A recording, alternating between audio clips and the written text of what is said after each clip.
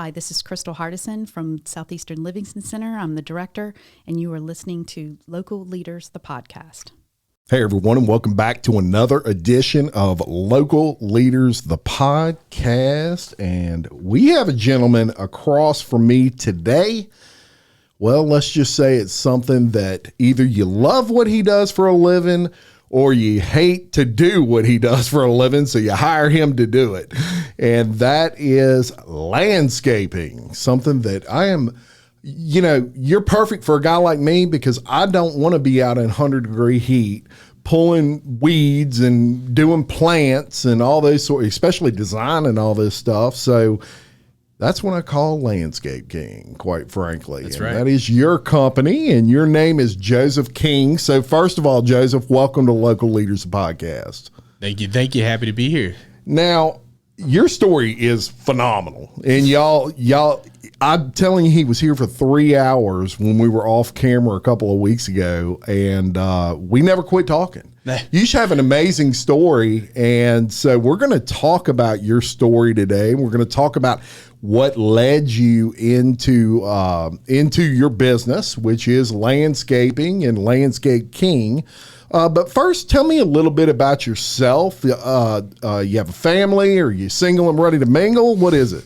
Not single and ready to mingle. Not anymore. No, I've got a wife, Jess. Okay. We've got 2 kids. We've got James and Jude, a 3-year-old and a 10-month-old. Yeah. And we grew up in Watson. Went to Live Oak. Yeah, LP, that's right. LP guy. That's right. a good thing. We live in Baton Rouge now, and we love where we're at. And it seems like a lot of if I continue to tell you more about who I am, I'm going to talk about landscaping. Yeah. Well, that's what we want to do. Well, your whole life is kind of centered around that. And landscaping for you started at an early age. Tell us about that. Tell us how you got into landscaping. Yeah, so it was my second job. My first job, I worked at Chick-fil-A, and my second job, I was a junior in high school, and I was just looking for a summer job. I wanted to do something outside, and I got in working at Clegg's Nursery on Highway 16. Yep. Everybody knows Clegg's. Everybody knows Clegg's. Yeah, that's right. Especially my wife, who spends a lot of money in Clegg. Maybe too much, but that's okay. She keep going there. It's a good place. And from there, one of the things that made that job more enjoyable was starting to learn plants. Because especially on Saturdays, maybe your wife included, everybody would come in there, and I kind of became just a sales guy. At first, I was just a guy loading stuff for people. I would load bag goods or help load up plants and stuff. But I kind of turned into a sales guy there, and on Saturdays, people would come in and they would have questions about what they could plant and where. Yeah. And the more enjoyable that job became was whenever I learned plants. Yeah. And so it just kind of forced me to learn. I enjoy talking to people. It always was natural. You were kind of hooked. I was kind of hooked. Yeah. And you wouldn't think, and we'll talk about some of the jobs that we wanted to do when we were 12, actually, in our little fun fact segment. But plants are something that like I said at the beginning, you either love them or it's something you prefer somebody else do. Everybody loves to look at them, but you were someone that you're young, you're out there, you're just making a few bucks, right, while you're in high school, and you're like, man, I really love to do this, and you kind of ran with that ball, and you ended up being kind of like a salesperson out there. Right. Amazing. And it just turned into a passion, basically.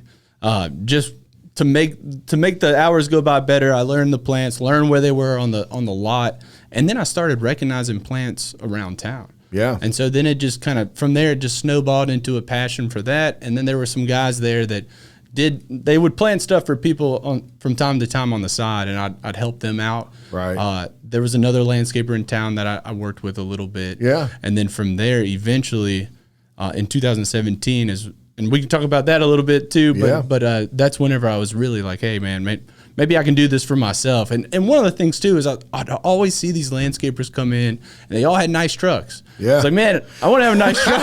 That's a good point. Yeah. So regardless if they're making money or not, they have a nice truck. They have a nice truck, and I want one of those. Right. And so you were kind of looking at what other people were doing, and that became a passion for you. So you go through Clegg's. How long were you at Clegg's? So in total, it was about 5 years. About 5 years. That's a long stint. Yeah. From high school, especially when you're in high school. Look, a lot of people, when junior year in high school, they have that job for a couple of years and then they bounce to 15, right? Right. And trying to figure out, find their niche. What do they want to do? You were there 5 years. So that's a good training ground for you. Yeah. And for a long time, I just thought it was just a job that I'd have. And it never, not until the end of that is when it really turned into, even when I started doing landscaping on the side, it was like, maybe this is just on the side. But from there, I went to Southeastern and flunked out, and then went to BRCC and flunked out, and I didn't really know what I wanted to do.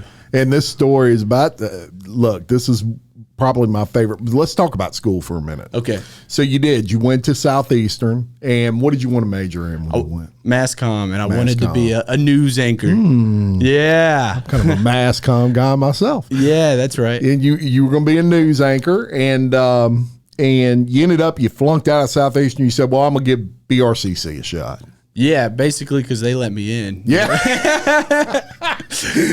Very good. I haven't told a lot of I haven't told a lot of people that, but that's the reality that I really did, and people my need grades to hear were so this, bad, because it gets really good. Yeah, exactly. So you just you end up at BRCC and still no luck. You're just not focused. It's not that he was dumb, y'all. Maybe. No, you were not dumb by any means. It was. I would imagine, if I can take the liberty, it was maybe an application process. You just weren't dedicated to school like you were to plants. Right. I wasn't focused on it. Yeah. And I didn't even realize at the time how focused I was on plants. Yeah. But looking back, it just tells a different story when you look back, whether as compared to like living in it. You're like, man, what am I going to do? Absolutely. But it was all making sense and all was lined up perfectly. Yeah, it was a plan. Yeah. So you end up not much more luck at Baton Rouge Community College, and what do you do? What happens at that point? So that's whenever I completely stepped away from Clegg's and was like, maybe I could do more landscaping for myself. Yeah.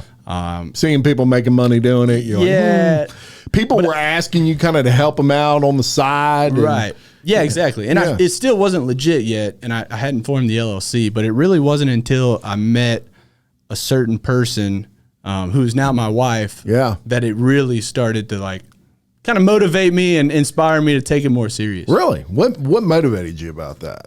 Well, I don't know, just growing up. I don't know if it's growing up in Watson or maybe just me. I just always kind of had limited beliefs for sure about what I was capable of doing. Yeah. I even thought like your mindset was my mindset was whack. Yeah. Well, not whack, probably common. Yeah, really common. Mindset is a huge thing, and y'all, this is one of the reasons I like doing this show, is because we dive kind of into this a little bit. It's important that people hear. A lot of people out there, probably the vast majority, have kind of a limitation in their brain that they think they have. Right. So how dare I dream to be, an astronaut? I'm from Denham Springs. Exactly. I'm not going to be an astronaut. Maybe I can work on the rocket ships, but I can't fly the rocket ships. And your mind is an amazing thing, because if you believe that, the likelihood that that's going to happen is pretty high.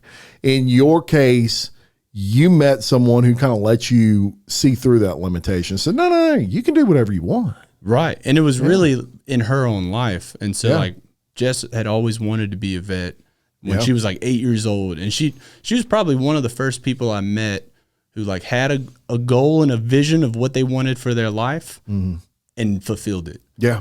And when we met, it was a client that we were already working for. She was dog sitting for that lady, and that lady was using us for landscaping, and she had a house down the street. And so she asked the lady, hey, who's your landscaper? And she actually called me to come do her landscaping, and that's how we met. Wow. Yeah. That's I know. Hey now. Yeah. Whoa. Single and ready to mingle back then. Yeah, you were. So from that point on, we started dating, and I tell people, I was hired to do the landscape and just never left. Well, and it's the amazing thing. It's what you love to do. It's your passion. And through that is how you met your wife. That's pretty cool, man. Yeah. And again, it's just looking back, you see the story differently, and it all, and back to mindset, and Huge when you're thing. going through stuff, sometimes when you don't have vision and you don't know where you're going, it's hard to know how you're going to get there. But looking back, everything was just lining up perfectly. Yeah. But at the time you're going through it, you don't realize that. And so you start doing this side work, and I'm guessing you tell me, was it busy for you? Was it plentiful? Yeah. So we, sometimes Clegg's would help us out, and when people would come in there, they'd give them our number. Yeah. And so I was able to pick up a little bit, but it wasn't until 2017 that we started picking up, and I was like, you know what, I'm gonna commit to this. Yeah. And were you married at this time? I was. Okay. Yeah. It was after we got married. So you had a conversation? No, it was before we got married, because we got married December 31st. Of 2017. Oh, wow. Yeah, on New Year's That's kinda Eve, cool. man. Yeah, it was cool. And it's an easy date to remember. Yeah. For when you're older. But we yeah, that's right. You can't forget that that's one. right. But we were engaged. Yeah. So we were engaged at that point. And you had a conversation, I imagine. Yeah. And then at that point too, I went back to BRCC and was focused to get a degree in landscape, or in turf and landscape. Man, yeah, got you. So you went back to BRCC after you had, pretty much flunked out, and you flunked out of Southeastern, and at some point you say, you know what, I can do this. I can get this degree in whatever I'm seeking, and you eventually did. So let's talk about that. For those people that maybe are in your position right now and they've tried school and it didn't work for them, it's not too late for them. If you believe you can go back and get that degree, you can, and you're an example of that. So let's talk about that. Tell me that story. Yeah, so I was at least probably 25. Yeah. And going back to BRCC and still doing landscaping as well, almost full time too. But during that time, I wasn't completely sold on if I was going to be able to really make this happen. Mm-hmm. And with college too, I don't think college is for everybody. No, it's not. Yeah. I mean, honestly, everybody has their place in life. And look, we talked about this off camera, but I'm a big proponent in trades and our trades like plumbing and painting and electricians and all that. They're suffering right now because everybody on God's green earth is, you need to go to college. And look, college is a beautiful thing for people that that need a degree for whatever field they're choosing. But let me tell you, I know some electricians that ain't never stepped foot in a college other than to fix a light in there that are killing it. Yeah. They're smoking those guys that went to college for different things. I mean, they're making $500,000-$600,000 a year. Some of them over $1 million a year. I know a guy that cuts grass that makes over $1 million a year and got 9 crews working for him. Look, college is an important thing for certain. If you're going to be a doctor, go to college. That's definitely go to college. I don't want you operating on me, but some people, they just don't want to function in that type of environment. They want to get out there and start in the world. And I don't discourage people either way. Right. I feel like you're going to know your path. So continue. I'm sorry. No, I went on a little tangent there. and sometimes I think too that, maybe if I didn't try to go back to school, we would have grown faster. Because it wasn't really until 2020 that we really started getting some traction in the business. But for me, ultimately, it was one of those things where I started this. Let me just finish this. Yeah. And I like that. Yeah. It bothered you, didn't it? It did. And I also, it was good networking too. And it also built the credibility a little bit, kind of separated us a little bit, I think not really. Well, some people don't, they don't care, would. but some people do, but I would. Yeah. I would care. I mean, if I had to choose between you and somebody else and the separator there was, let's talk about it. What is your education? Yeah, so I got the associate's degree in turf and landscape management at BRCC, and then went to LSU. And there was actually a professor at BRCC who was from LSU, but he taught some horticulture classes at BRCC. Okay. And at the time, that was really like, he really helped me see that there was a path to get to LSU. Yeah. Yeah. Very good. Yeah. So he had an influence on you. Yeah, he did. Very good. And then from there, I did end up finishing with a bachelor's in turf and landscape management. Very good. Yep. Yeah, which is what you're doing for Yeah. a living, pretty much. That's Yeah. right. And I even started a master's program in landscape architecture in 2020, in 2020. Yeah. So I was 26, 27 years old. Yeah. How old are you And now? I'm 30. 30. So my math might not be mathing, but but something like that. Well, and here's the interesting thing, folks. He went from pretty much failing out of school, right, to now I'm working on my master's. Yeah. I mean, if you don't get anything else out of this show, there's one thing right there. It's never too late.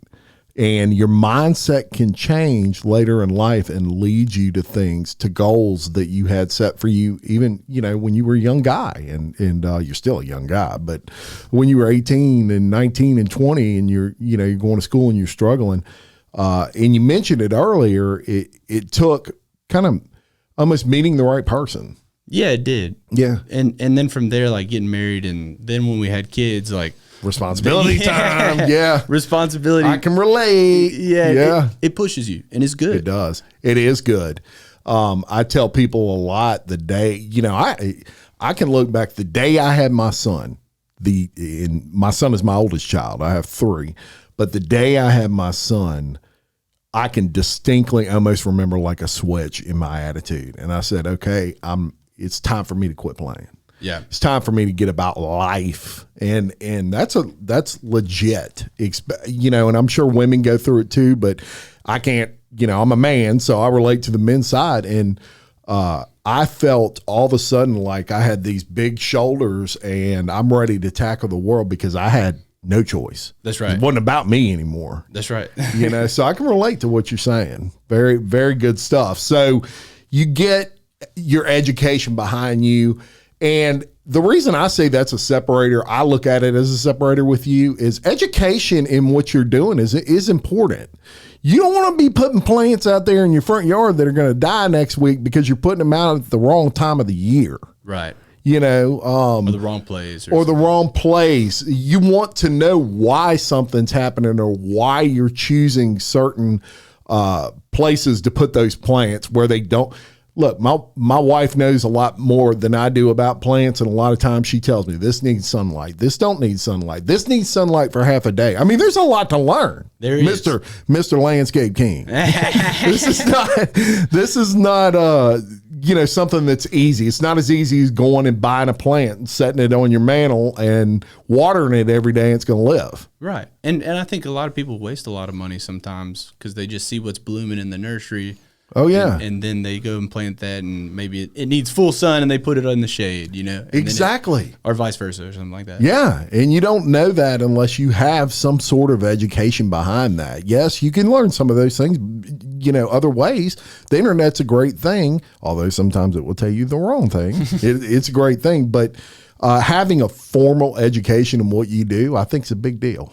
Yeah. And shout out to you for never giving up, man. Really, that's something that people just give up on themselves too quick in life, I think. I think so too. And you're a fine example of someone who didn't. And you had a lot of help behind you and a lot of encouragement. Yeah. Encouragement, how valuable is that? It is. And I've got parents who are still together who they love me through a lot of hard times. I made a lot of mistakes.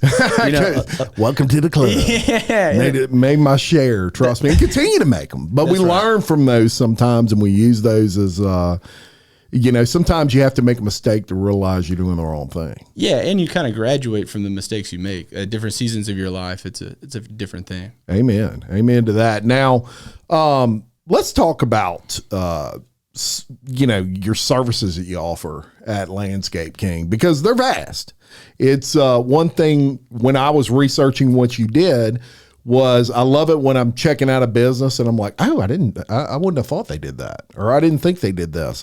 One of the things that you do that may be obvious to some people, but when you mentioned it, I was like, wow, y'all do that, is landscape lighting. Oh yeah. So is that a big thing right now? The landscape lights? Yeah, it is. Yeah. Light it up. Yeah. Yeah. Well, when you spend money on a landscape, and specifically like we're talking about a flower bed or like foundational planting in front of a home. Yeah.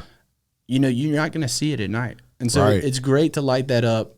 Yeah. And it looks nice. Yeah. It looks really good. It is. And I mean, it's not cheap, but I think it's worth the money. Yeah. And it absolutely. And whenever we're already doing an installation, it's just an easy add-on. Sure. And it makes it nice, the solar capability that we have now versus, years ago when you had to plug everything in. Sometimes you can still go to that system, and there's a lot of systems like that. No, you don't want to do solar. No solar? No solar? No.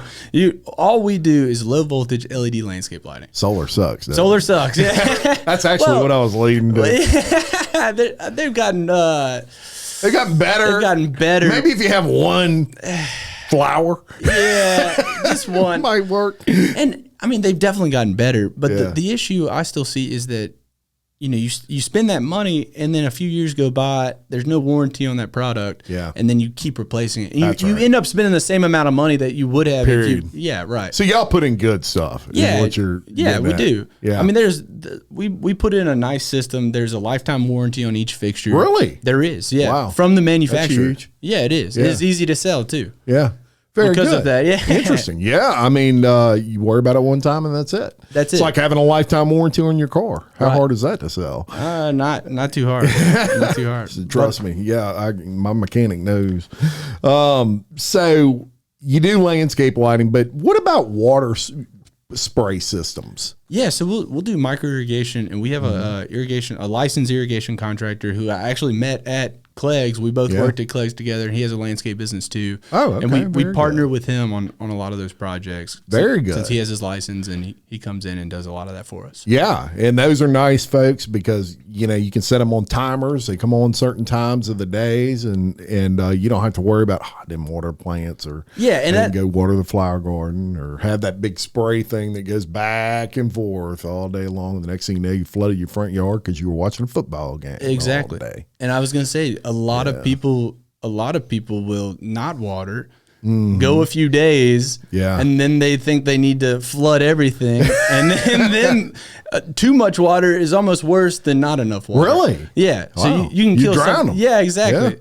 Yeah. Interesting. Yeah, because plants are living.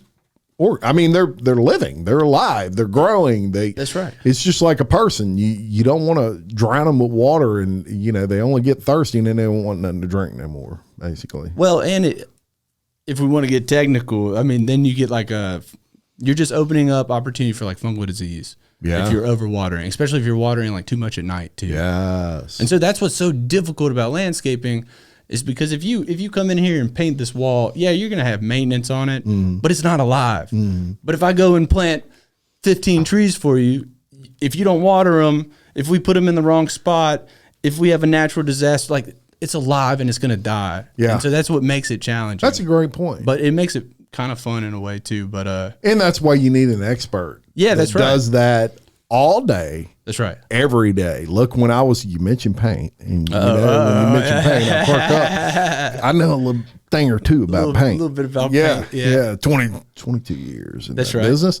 And I'll tell you, that's right, a little plug. Farrell Calhoun, shout out. But I will tell you, I did paint all day, every day. And they had people that I would deal with, homeowners that, once every 5 years they painted a bathroom. And it was amazing what they didn't know that they shouldn't know, right? They didn't do it every day like I did. It's the same thing in your world. You could work circles around probably with your knowledge what my wife knows about plants, which I think is a lot for someone that doesn't do it for a living. Professionally, yeah, exactly. But the comparison there is totally different. So my wife is smart enough that she's going to lean on you and your advice, the majority of the time. And that's what people need to realize, and why it's important to have professionals in anything you do. Yes, we can all go out there and dig a hole and plant a plant. Sure. But you'll kill it real fast if you don't know what you're doing, if you're not doing it correctly. And so that's where you guys come in. And you can, it's not just about planting plants. You do the landscape lighting. You can get irrigation systems installed. How about maintenance? How about if somebody's just needing someone out there to pull weeds and keep it clean, right? Exactly. Because you don't want to spend a bunch of money on a landscape and then immediately you've got a jungle. Yeah. And so that's which happens a lot around here. Yeah, it does. It does. So that's why we try to get you on a maintenance plan as well. Yeah. And at minimum, let's talk about that. Yeah. Good. Ooh. Maintenance plans. That's right. Good. At minimum, we're going to just pull weeds for you. Yeah. And for a lot of folks, we do that every other week. Yeah. And we're just out there. Weeds. But the more consistent we're on doing it, just like mowing grass, as long as it's consistently done, you'll keep up with it. Yeah, you'll keep up with it, and you're not going to have issues. And it's going to cost you less, as opposed to if we come this month and we put in a new landscape for you, but then in 6 months or a year it's totally overgrown and you need a lot of work, then you got to spend a lot of money again. Sure, because it's more time. That's right. More time, more effort may require more people. So if you keep up with it, it's probably 1/3 of the time it would normally take for someone's that was overgrown and things of that nature. Yeah, and the truth is too, some people really do like some of our customers. They want us to do the heavy lifting for them, but then they like piddling. Yeah, they'll get out there. My wife loves piddling. Yeah, there you go. She does, but I hate it. and a lot of people, they may not mind the work, but it's the time. Think of the time you save by not having to do that. And someone that's a fellow business owner like you, look, I know the majority of our people out there are business owners. Right. And, we've all learned, people, that time is your most valuable asset, because as a business owner, you have to really figure out where your time is best spent. Otherwise, you will just eat yourself up. You're being pulled in so many different directions.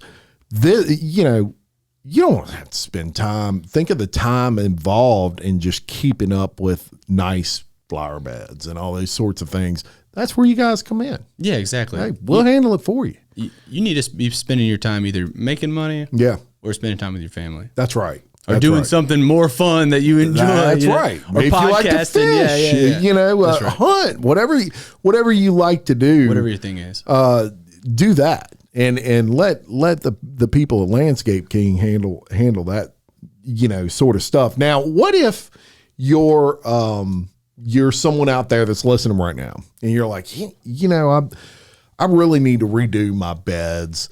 I don't like the design of them anymore. Maybe I'm wanting to get rid of this tree or whatever, not necessarily tree, but plant, and put something else here. I want a ligustrum. How about that ligustrum? I don't even know what a ligustrum is. My wife says that word every now and then. It makes you sound like you know something. Yeah, huh? Philodendron. How about that? I don't know what that is. Y'all have no idea, but my wife knows what it is, and I've heard that word. So let's say you want to get rid of those for whatever reason. And you want to kind of redesign. Do y'all do that? Do y'all offer design? Of course we do. Okay. The Landscape King. Yes, that's right. So what we do with that, though, we're really just doing renderings. So we're not licensed landscape architects. Yeah. We're not charging money for that. Right. But I don't think you need a landscape architect to design a simple flower bed. Right. And most of what we do, our bread and butter, is just going to be those simple flower beds. People all over the country call them different things: ornamental gardens, foundational planting, whatever you want to call it. We call it flower beds. Yeah, that's what I call it. That's right. Flower beds. Get some flower beds. But what we can do for you is we take a picture, and some clients I'm able just to explain. Yeah. And I think that's the, like we talked about earlier, is like communication is key.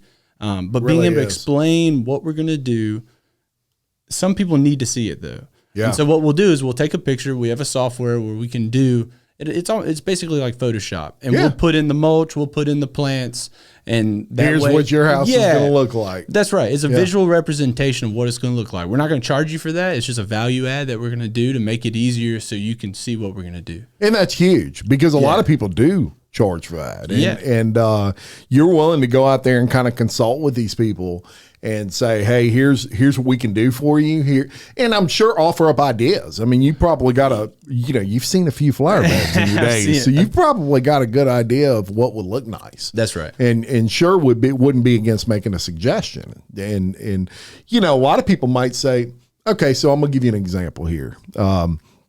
Let's say someone has a room, and that room, for whatever reason, the sun maybe sits on it all day, and it's hotter than any other room in the house, no matter how much drapery they have in there. And maybe they want to put a plant that's going to grow real big in front of that big major window in that room to kind of block out some of that sun and that heat. I mean, that's things that you could recommend that you would know right off the bat. Well, this would look nice, Right. whatever it is. Right. And there are people in that situation. I was one of them. We had a room, our dining room has two huge windows on two sides. And that room stayed hot. Yeah. Doesn't matter how cold the air was. It just stayed hot because the sun was right there all day long, and we had blackout curtains and everything you could think of. Still be hot in that room. But you know what I needed? A big plant right there in front of that window that would block some of that at least. So you're the first person, believe it or not, you're the first person. I've never had anybody ask me that. Yeah. No, nobody's ever said, hey, I am a trend setter. I tell people all the time. I would have totally asked you that question. Yes. And it was an issue. And believe it or not, we did put a plant. We put a big plant there, and I'm going to call it the wrong name. My wife will kill me. So I'm not going to say it, but we put a plant that grows very big there, and it did grow very big there, and it helped.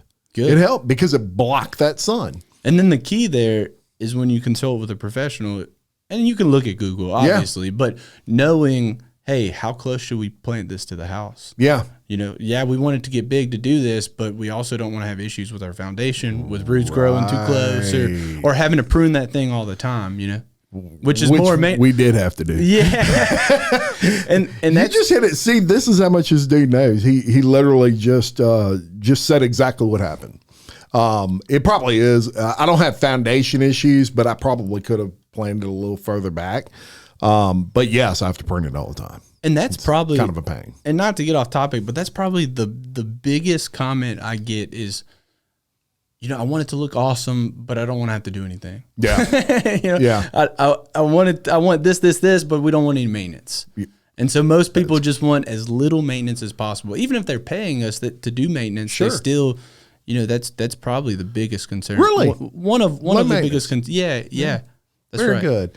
What if someone, so everybody's taste is different, right? Yeah. And I bet you run into, something that you think is just absolutely beautiful and gorgeous, and this person's like, nah, I don't like that. I don't like those colors or whatever. And so we talked about those, consultations that you do, and you can take those pictures of their house and actually put foliage, all around it. This is what it's going to look like when it's done, almost like a rendering. Right. And all of that, which is nice because technology has made that possible, right? Right. Let me ask you this. Let me ask you, we talked about the maintenance contracts. Tell us a little bit about that. Like, what do those consist of? Like your maintenance contracts that you have? Is that like, hey, we'll come once a month and we'll just pull weeds, that kind of thing? Yeah. So we have some clients just twice a month. So every other week, we're out there pulling weeds.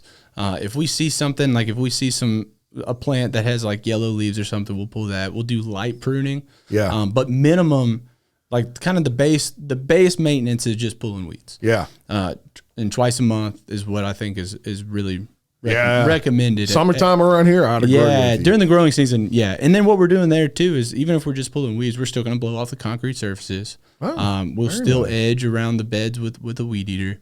Yeah. And then for a long time, Jim, we didn't cut grass. I didn't want to do anything with grass. But for a value add for our customers, like if we're doing maintenance already, then we'll cut your lawn. But we're not not lawn cutters in the sense that we're just trying to be the cheapest lawn guy in town and get as much lawn care as we want. We really want to do more installs, and every time we install, then we want to maintain it. Right. Oh, very good. Very good. So it will be a service if you're an existing customer. Yeah, and you just need someone out there to you can take care of them, but it's not something you're out there hustling, right? Wanting to do every day. And we're not going to compete with price on it. Yeah. We're going to try to, we're going to try to just give you the most value and like communicating and making sure that you trust that we're going to do what we say we're going to do. Very good. Very good. And that's great, because that's just an added on benefit for your people. Right. And they may just trust you. Right. So they may say, I don't want anybody except Landscape King doing anything in my yard. That's right. Okay, we get it. And you quote a price based off of that. Now, what would you say the most difficult thing about getting your business started was? How labor intensive landscaping is. Yeah. And being young and not having any money. Not having a nice truck. You didn't have one of them trucks No, yet. I didn't have one of them trucks yet. And I didn't have a machine. I'd rent stuff sometimes, but for a long time, I just grinded and hustled, and I'd work late. I was always covered in mud. Yeah. I've got a professor who'll tell a story, the guy that taught at LSU and BRCC. He taught a night class, a plant propagation class. And one night I showed up just covered in mud. Yeah. Because I was just digging, we were trenching and doing some stuff, and I was just covered in mud. It was a mess. But so for a long time, that was the biggest struggle, kind of getting past like my own just physical limitations of being hot as heck in the middle of summer in Louisiana and hating it. Yeah. And then from there, it was finding people that would come to work reliably. Yeah. And that we could train and that would do a good job. Right. Very important. Very important, because it's your name behind that, right? And it's a reflection of you. Yeah, it does. It's business owners out there know what you mean. I mean, finding the right people, the good people that just believe in your philosophy is sometimes a struggle. So being a young entrepreneur, and not really like, I didn't get into business because I liked business. I got into business because I like plants. Yeah. And I only got into liking plants because of Clegg's, but as I kept evolving, then it turned into a passion for business. Yeah. And so we're still kind of ironing out, who are we, what do we do, and like, how do we do it? And now we're at that point in business where we have to have a system of how we do what we do. And we don't have great ones all the time, but we're getting better every day. Absolutely. Yeah. Absolutely. Business owners, we constantly sharpen our systems. Constantly. No matter how long you're in business, things will come up that you have to address and you sharpen. And so that's very good. You have some great reviews on Google and all of that, which is important. And something that's hard to achieve in the world of service, service industry in general. I mean, it's hard to make everybody happy all the time. And so, but you have a nice Google review, Google reviews as well. And I think what that really came down to was the common theme was anytime a customer wasn't happy, we fixed it. Yeah. Even if it cost us more money. Sure. Or even like, and I used to tell people we didn't have a warranty on plants, but every single time somebody's called me and they had a dead plant, we've replaced it for them. And we didn't, we'd work something out for them. Yeah. So I think that goes into like, and now we've established like one of our values as a company is the client first. The client first. It's hard to beat that. Yeah. Hard to beat that. So shout out to y'all for having that philosophy, because that is important. Now, networking. Let's talk about that for a second. Oh, yeah. Networking is a big deal. Yeah, it is. When I was in the paint business, I kind of figured it out a little later in life than I would have liked to, meaning that when I was a young buck in the paint business and I was a sales rep that hustled, right? And I was hustling.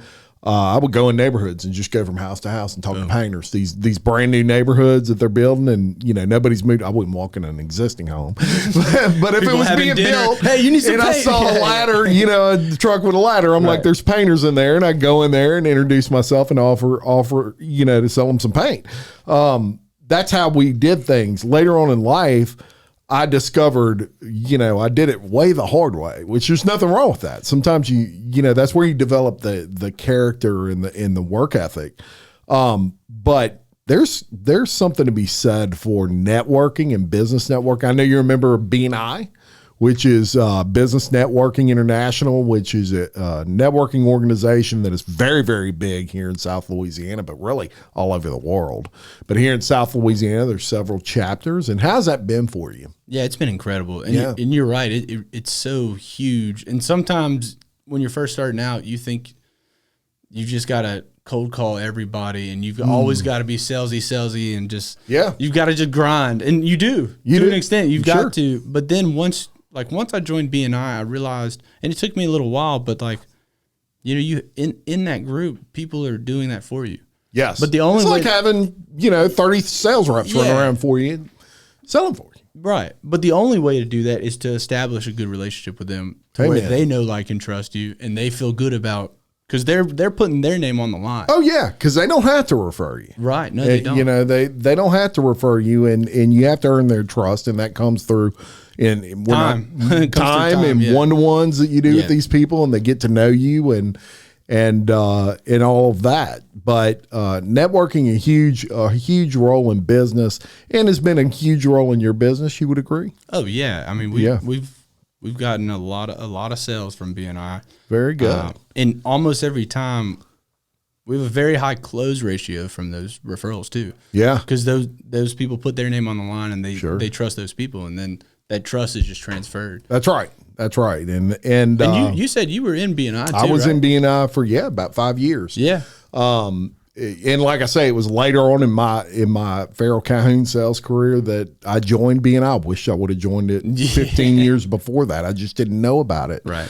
But I did eventually fall into a BNI and still communicate with those people every day. You form relationships that, don't go away after you leave. For me, it became a time factor, and I was building another business and starting a second life, and just couldn't be two places at once. But was critical in what I did with my paint business, because everybody needed paint. I was getting referrals like crazy in BNI. Great organization, but an organization where people are vouching for you. Right. And so you're right. You have to kind of walk the walk and talk the talk with what you're doing in order for people to put their name on the line for you. Yeah. I would agree with that 100%. Yeah. And for BNI to work, you got to play the game. You've got to be there. You've got to do one-to-ones. And the biggest thing about BNI, the motto is giver's gain. Yep. So the more that you can give referrals to other people, that's right. It'll come back. Yeah, to it does. It all circles around, right. So shout out your BNI chapter real quick. Yeah, Premier chapter. Yeah. Shout out Premier chapter. I was a business boomer. Yeah. I was a business boomer's BNI, but we love the Premier chapter, and I know some people from there. So very good. On Tuesdays, 11:30. Yeah. We are looking for different people to come and join too. Yep. And you check it out. Y'all got a Facebook, I believe. Yeah, we have a Facebook group. Yeah. So go check. I was going to name some businesses, but name a few. Well, like a salon owner or like a fencing guy would be really good to have in the group. Yeah, we've got some good service industry guys in there, and there's a lot of good people in the group. Yeah, that do really good work. Y'all need a podcast. Yeah, we need a podcast guy. Yeah, that's I'm a free agent. Come on. So yeah, check out the Premier chapter BNI. You can go check them out on Facebook, and if you have a business that you want to feature that they don't already have a seat in their chapter for, go check them out and tell them Joseph invited you. That's right. Get him some credit there. Come give me some points. Yeah, that's right. But in that too, then it's good to. Then you have a network of people you can rely on for your customers too, to add more value. Right. Yeah. There's Zane with Superior Soft Wash in there that we refer him all the time. There's Daniel with Dim's Home Improvement. Okay. We refer him for things too. And there's just a lot of good people in that group. There really is. Yeah. It's a room full of professionals. Yeah, that's right. So shout out to those folks. Now, let me ask you, we've kind of covered your services and everything that y'all do. What would you, this I'm curious about, what is the biggest problem that you've seen in all your time in business with landscaping in general? What do people typically do wrong? Yeah. So what's one thing that you see a lot of? One thing is people try to spend less money and they won't buy garden soil. Yeah. And they won't build the beds up. So then all their plants are too low. And we have a lot of clay around here too. So what'll happen is if you don't build the beds up, if you don't amend the soil, those plants are just sitting in that water basically. Yeah. So that's one thing I see that's wrong. Sometimes people don't put enough plants. Yeah. And so you have this big, nice house, and then you've got these really skinny beds where people are like trying to save money, but it just doesn't look good. Yeah. You know, you're almost better off not doing anything. Yeah. That's a good point. until you can. And maybe you just do landscape lighting and that's it. Yeah. Because some people don't care about plants, you know? Right. And that's why it's important to. I bet you can't imagine that. Yeah. What's wrong with you? Yeah. Plants. Well, I get it. People are at different stages in life. Sure. And it's not a necessity, and it's expensive, but it just does so much for a house, and it's just nice to come home and you got a nice landscape. You know? I mean, I definitely spend money in my house. Curb appeal is a big deal. Yeah, it is. I mean, it really is. You can. We talked about this a little off camera, but look, this isn't only limited to homeowners. If you're a realtor and you're trying to sell a house, do some landscaping with Landscape King. Let them go out there and at least spruce it up. Yeah. You know, talk to the person trying to sell a house and explain to them, you may invest XYZ amount of dollars in this, but you're going to double that in your sales price. You're going to get double what you invested into it back because of the curb appeal. Plus, you're going to sell it quicker. Yeah. Period. You have a nice landscape job in the front of that house that's for sale. I guarantee you're going to sell it faster than if you have something that looks like the Addams Family in front of you. I mean, really. Well, you got 5 dead plants, no soil, no straw or whatever you put out there, mulch. You have none of that. It's gonna take longer to sell that house unless you're extremely lucky. Yeah, and going back to two things that people do wrong, I think sometimes they don't put enough plants. Sometimes they put too many plants and they'll put them too close to the house. Yeah. And that's why having a professional who knows how big the plants are going to get is really important too. And very good point. Yeah. And then to the realtors too, I mean, for a client that has an established landscape, you know, you can spend $2,000 to $4,000 and like clean it up. You don't have to have a new landscape, but you can still, and sometimes less, depending on what the size of the house is and stuff. But the point is, you don't have to invest a whole lot to make a big difference. No, I mean, it means at least make it clean. I see a lot of realtors that do it right, and then I see realtors that they'll post pictures on like Facebook, and it's this beautiful house, but it's not pressure washed. Right. There's no landscaping to even speak of. It's just ugly. I mean, it's just like, who wants to buy that? And I understand that homeowners a lot of times don't want to spend any. They're selling their house, right? So they don't want to spend. And there are those situations, and I get it. I totally get it. I'm just saying that for maybe not as much investment as you think, you can get somebody like Landscape King out there, and at least he can make recommendations of, hey, what's their budget? And once you tell him the budget, he can tell you what's possible. Yeah. And that's true.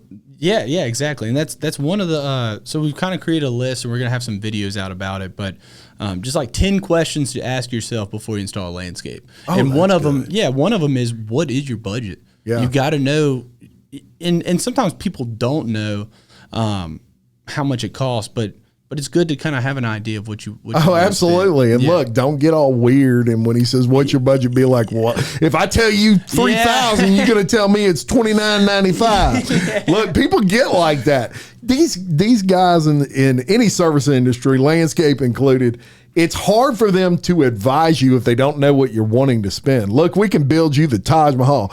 We can have landscape until the cows come home. That's right. If you just have an unlimited budget. But if you want to stay within a certain price point, you need to tell me so that I can tell you what is possible. And in doing this for as long as I've been doing it, I can walk up to a property and pretty accurately say, hey, you know, to do what you're thinking you want to do, maybe 5 to 10 grand. Yeah. And I'll try to give people a range pretty quick. And that way I can read and see, ooh, we really wanted to spend like 4,000. We didn't want to spend that much. But we can work with that. And I can tell you, hey, you're out of your mind. That's not going to happen. Yeah. Or, hey, well, you could do this, or we could phase it out and do this.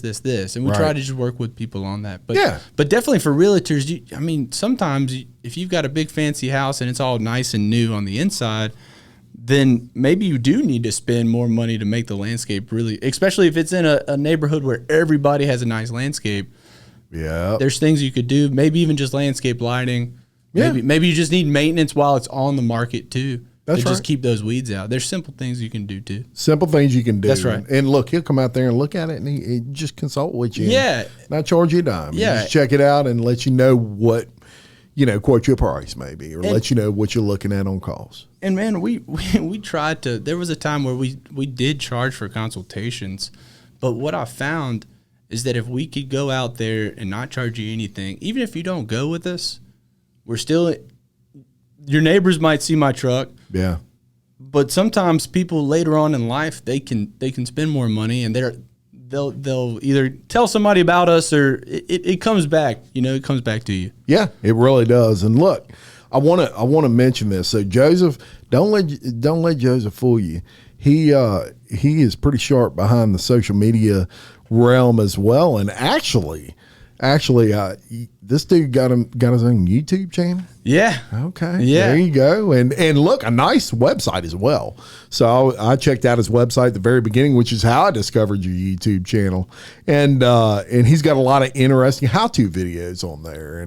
And so exactly what you were just talking about. You're going to create a flyer that's basically like 10 things that you can do 10 questions. 10 questions to ask yourself. Yeah, you could do that on a YouTube video as well. And so this he's branching out into all facets of business, and especially as it relates to landscaping. How important a role would you say social media has played on your business? Man, it's starting to be huge. Now YouTube, we're not as consistent, but it's hard. That's when you hire Jim Chapman. That's right. Consistent. Come on and make it happen for us, the podcaster.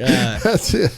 But Instagram and what it does, it's kind of like BNI. It's a way to build trust with people before they meet you. Yeah.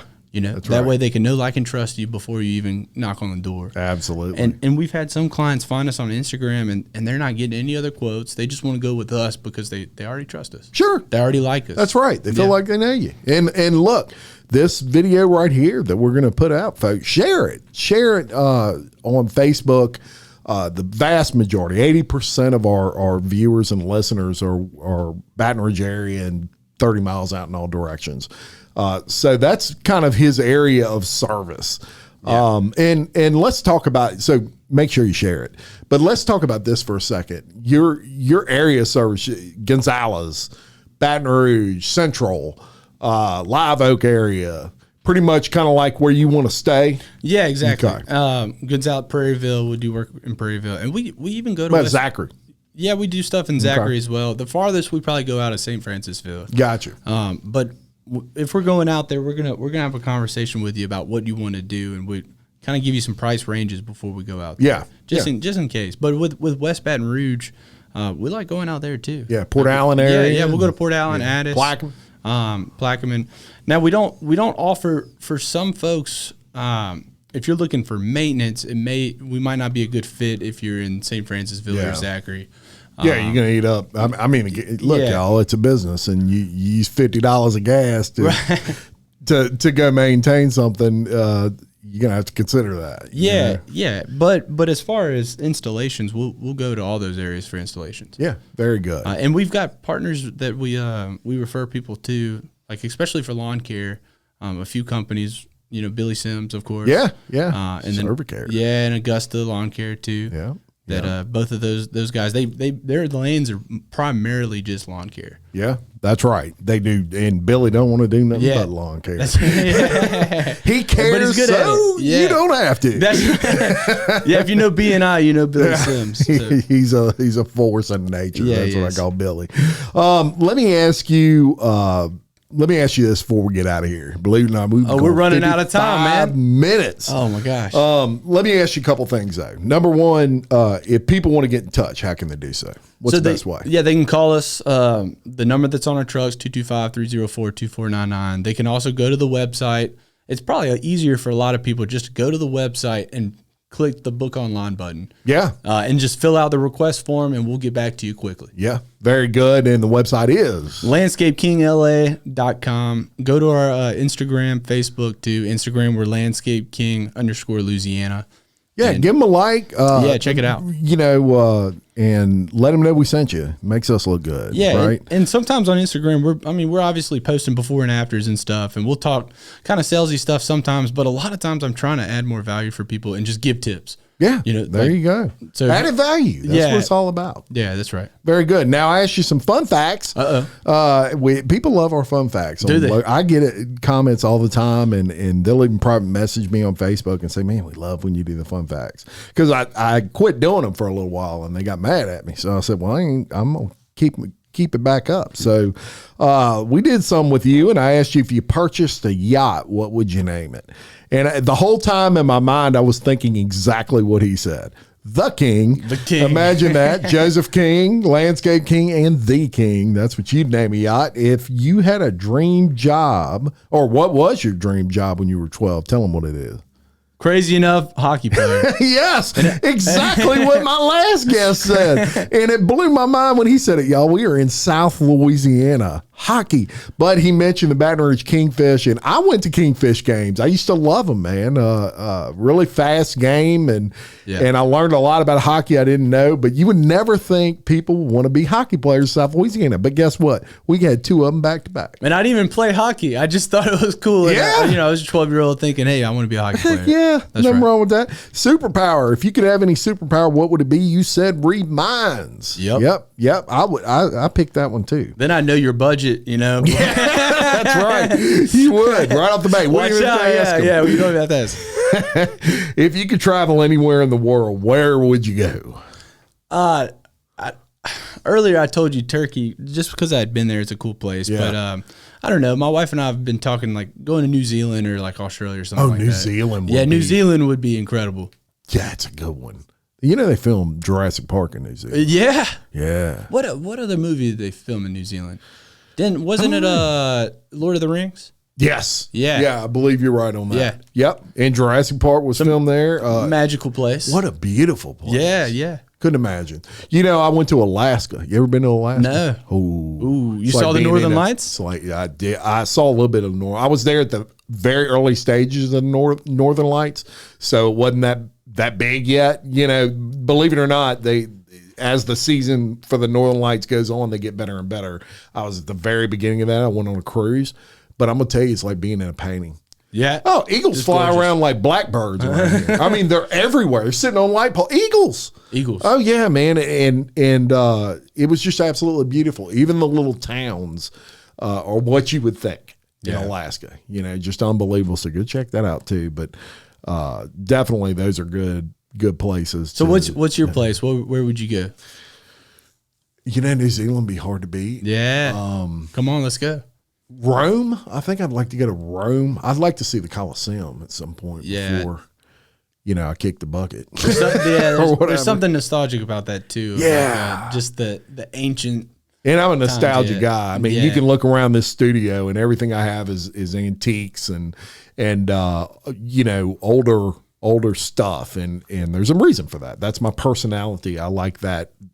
I like that antique look, and the Coliseum to me is just so historical, and I'd love to see that. But so many places, New Zealand, definitely. Yeah. I mean, that's hard to beat. So, all right, folks. Well, check out Joseph King. Look, we're going to link Landscape Kinks. Well, I definitely had to move that. Yeah. I'm not cutting that out, y'all. That was so funny. I'm leaving that. I almost went to write the cut, but I'm not cutting that out. That was a good one. Landscape King, not Kinks. That's a whole different company. That's right. Landscape King.